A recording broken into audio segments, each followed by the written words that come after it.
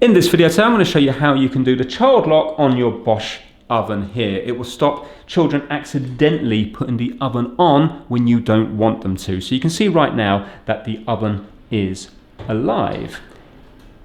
You can set a child lock and then moving this will make no difference. So all we have to do is, there's a little timer here with a little key underneath it. We need to hold that down for around 4 or 5 seconds and it will come up with safe.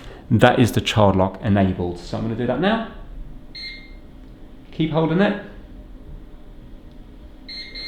There we go. It says safe now and it will revert back to the clock. So you think everything's normal, but if you go to turn it on here, it will beep at you and it will come up with safe there. To remove that, all we have to do is press that same button again for 4 or 5 seconds.